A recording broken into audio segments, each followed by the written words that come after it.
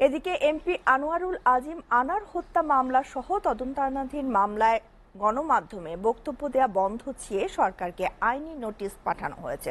স্বরাষ্ট্র সচিব, পুলিশের আইজি ও ঢাকার পুলিশ কমিশনারকে আজ এই নোটিশ পাঠান সুপ্রিম কোর্টের আইনজীবী মোহাম্মদ শিশির মনির।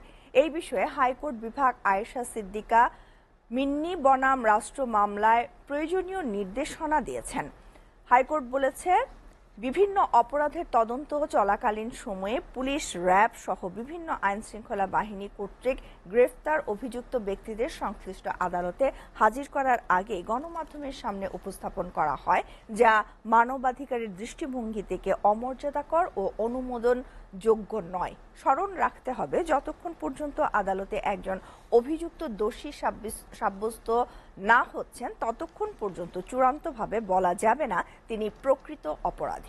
পুলিশ রিপোর্ট দাখিলের আগে গণমাধ্যমে গ্রেফতার কোনো ব্যক্তি বা মামলার তদন্ত কার্যক্রম সম্পর্কে এমন কোনো বক্তব্য উপস্থাপন সমীচীন নয় যা তদন্তের নিরপেক্ষতা নিয়ে জনমনে বিতর্ক সৃষ্টি করতে পারে।